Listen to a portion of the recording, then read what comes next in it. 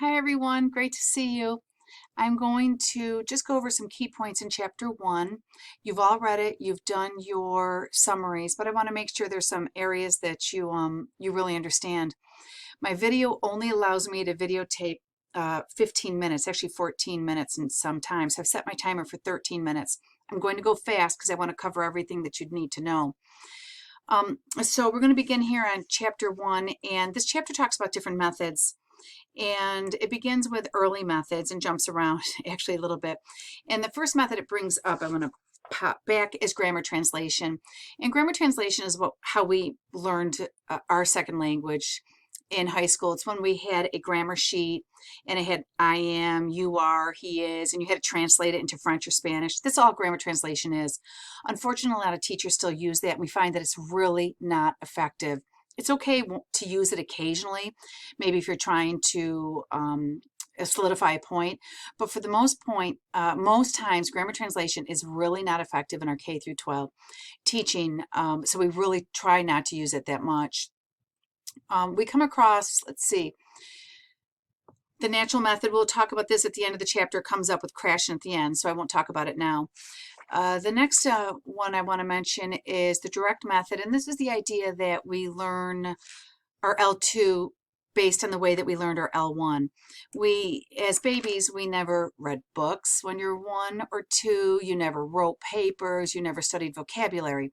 We learned our L1 because we were immersed. And this is the idea with the direct method. And this is the idea with the natural approach, is we understand now that language teaching is best when it's taught with language being immersed, that the students are speaking the language and they're hearing it, and that's the focus. I think did I skip ALM? Maybe I didn't. It's going to be here. The next, and also here, the key that language is speech, not writing. So many teachers focus on reading and writing well before they should be focusing on oral development. And of course, we know when you want to go to, you go to Beijing or you go to Thailand, you don't want to sit there and read a book. You want to be able to talk to the people and jump on the bus and be able to buy a ticket. So this is the idea that language, really, the focus is the oral development of language. Doesn't mean we don't do reading and writing, of course. Let's see, the next key point is audiolingual method. This is called ALM. This is a method that we still use today sometimes. It was really common in World War II and to train our soldiers how to speak the languages of our enemies. And it's basically just repetition and repeat. You hear it, you say it, you hear it, you say it. So you'd say, Mahaba kayfa kalaka, Mahaba kayfa kalaka, Mahaba kayfa kalaka, Mahaba kayfa kalaka, Mahaba kayfa, you get it. So this is the idea that you learn by just repeating it and memorizing. It's effective somewhat. Some people really like it if you're an audio learner. Sometimes there are students it helps in pronunciation, but for the most part, we don't use it anymore.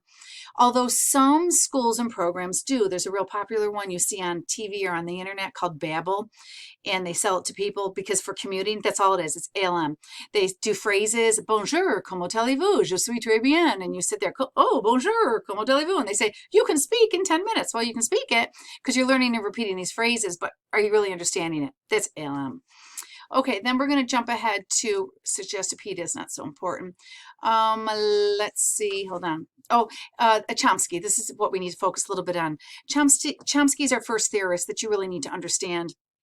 He's key in TESOL because of his idea of universal grammar. Here it is.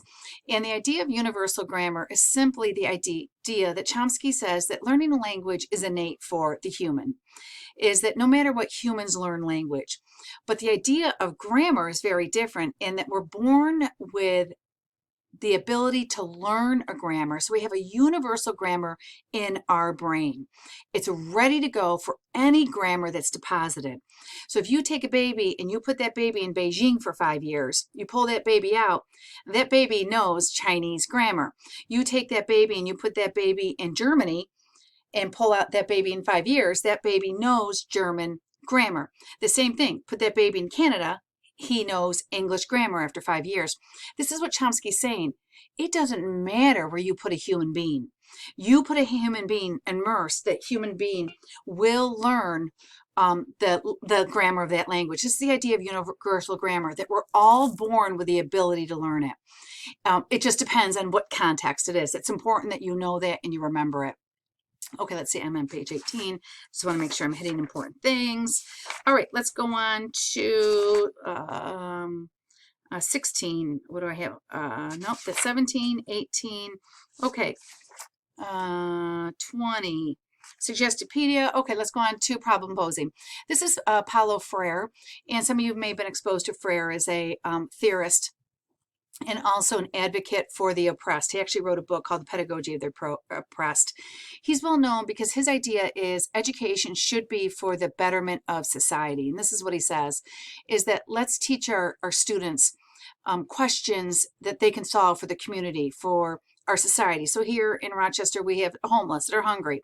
So instead of just learning about them in science class, let's figure out, let's do our plant a garden, learn about our vegetables and photosynthesis and put an urban garden. And then in finance class, let's talk about selling some of those vegetables and making some money and the other vegetables giving to the poor people who could really need a meal. And this is the idea. And this is what Freire says is education needs to be for the betterment of people. And the idea is that let's put an overarching question and have a question, a problem guide our curriculum. It's interesting. You could try it once or twice. We don't use it that often, but you need to know Freire, like you need to know Chomsky. TPR, total physical response. You'll use this all the time. This is just like it sounds like. How's my time? Doing okay. TPR is the idea that students just do what you say. So stand, sit, turn off, turn on. And students really like it. It's effective. It gets them moving. Also, you can use it for older students. In high school, I remember that every day I had a volunteer erase the board, write agenda. And it was great because especially for Gardner's multiple intelligences, those students that are kinesthetic, it's great because then they associate the movement with what they're doing. So I'd say erase the board and student would come up, erase the board, write the agenda. So this is what TPR is. You'll use it all the time. It's great. It'll be on your CST. You can put it in your extended response. You'll love it. Okay, let's jump on to the natural approach. Okay, this is Stephen Krashen, and we talked about the natural approach earlier, and the natural approach is like the direct method. It's really basically what we do for most of our teaching. It's the idea that we want students to learn their L2 like they learn their L1. We're immersing them into the language, and we want the content, what we teach, to be meaningful. If you go in there and you start talking about things that students don't understand and are not related to them, they're not going to learn it. They're going to be checked out. And this is what Stephen Krashen says is the natural approach. We want to use language. We want to immerse them. But at the same time, make sure they get comprehensible input. The messages have to be meaningful. So if you have a group of maybe mixed students with levels 1, 2, and 3, and they're newcomers and they're refugees and maybe some immigrants and some refugees. Did I say refugees? I meant migrant laborers' children, that you want activities that are relevant to them. You're not going to begin talking about, and I saw this last semester, and it really frustrated me. My student teacher said, let's talk about our favorite TV shows. Really? Why is it not comprehensible input for someone from Somalia who's a refugee, or a student, a Mexican student who's a migrant laborer's child who's only there for 3 months? The reason is because a lot of these students don't have TV and it's completely irrelevant. It's not interesting. So we want to make sure that when we're making the connections to these students, we talk about things that they're connected to. And sometimes it's landforms, it's weathers, it could be activities, it could be family. So this is what Krashen is really important in saying: comprehensible input and connect to students' culture and language. All right, let's keep going. We're going to jump up summary of methods, and it gives you all the methods, yada, yada, yada. And let's see other key points. We're going to jump ahead to page 37, where it talks a little bit about, top of 37, this is really important, in making the connection to students' families, language, cultural background. This is really required by New York State. It'll be on your certification exam. We expect it in your classrooms. We want students to be able to use their L1 in their classroom. We want you reaching out to their families, inviting them in. We want you to use a book in their home language, even if they're pre-literate. Make sure that you talk about that, invite them in, that background, make it a part of your curriculum and activity. It's super important in making those connections and engaging the learner. and this is sometimes hard because you think, well, I have to do, of mice and men, what the teacher told me to read. Well, it's okay to get it in their L1. You jump it on Amazon and tell your principal you need a copy of it and see if you can find a copy of it. And you probably can find a copy of it in Japanese or in Chinese.